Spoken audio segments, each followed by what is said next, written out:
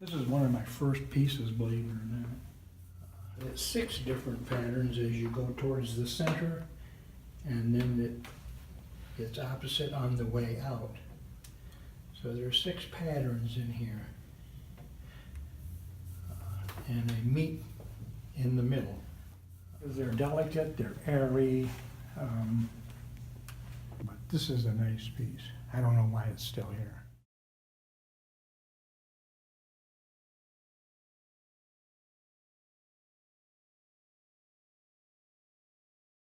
I think it was a successful experiment, a trial, to see if something worked and could be done nice.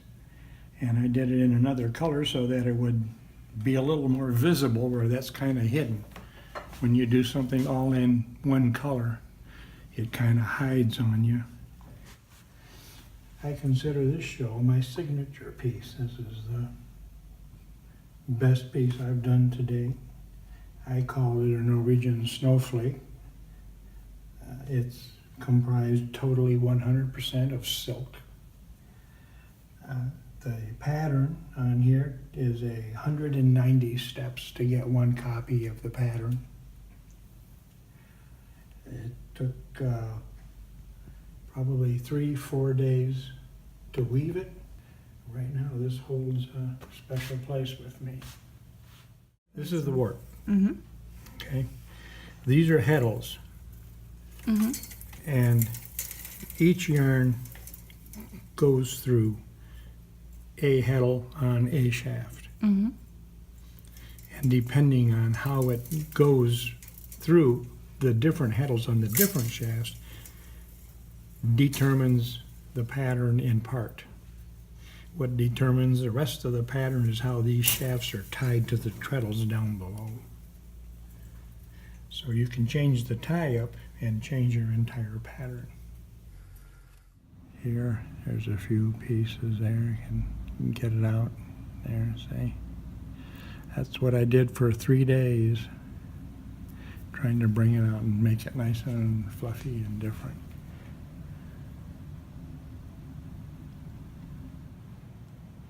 The stitch, the There's stitching. a pattern. Yeah. It's American Gangway. Part of it's my own creation. This one, Yeah. that little block is Yeah. mine, and that little block is mine. That's cool. I go in and redesign sometimes. I like the way the cotton ones feel. That's But part you of can't find linen in the stores. That's for sure. You know, you can't just Not walk that into linen. you can't just walk into a Walmart and find stuff like that. No, those you won't find in Walmart. Oh, this is cool. I experiment, I play around, you got to. You got to see where you can go. If you don't push it a little bit, you're not going to get there. You have to take a chance. You have to step out and try something new and different. That's why I like pattern, is because it takes me other places. Keeps my mind working. Holds me together a little bit. And it gives me ideas on doing other things. I can open the case. Sure. Let me see. This is so fun. Yep, this one. These are still redneck. That's blue lapis on there. And the danglies are bullets. They're 2.45 caliber ball round, and they're soldered together back end to back end to make the bead. This is getting into my higher end. They're blackened just like the guns are blackened. It's chemical conversion. It's not paint. The stones are Austrian cut crystal. They're specialty coated.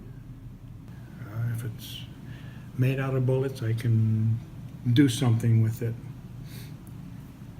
That's where my specialty lies. There's a very special item that I make that's not for sale, and it's tagged that way, is because I don't sell these.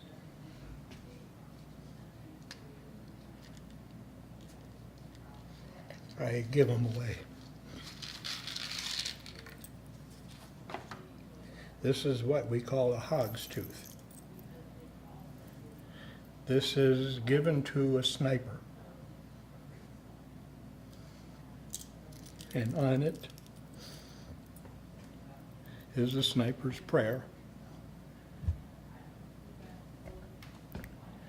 This was found under the lens cover of their scope. And I put it on these tags. This is a 50 caliber round. This is what they fire.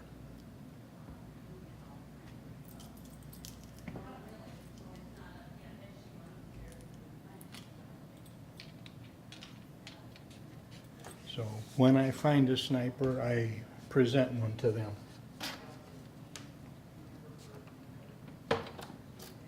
I guess it's because I'm a Vietnam vet.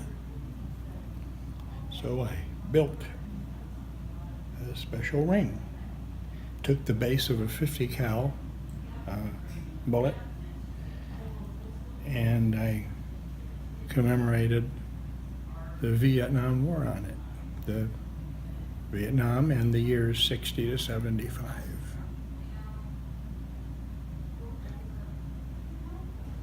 And the ring part, this part here, is a slice out of the brass. So the whole thing is actually made from the 50 caliber bullet. I have one last veteran piece.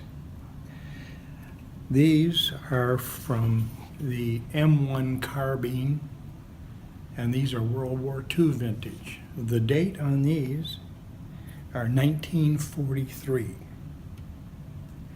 So this is a World War II vintage belt buckle. It's commemorate them. The M1 stands for the M1 carbine. All right, Tessa. So are you packing heat right now? Well, alrighty then. All right. So now you have it on film. Yeah, yeah, we do.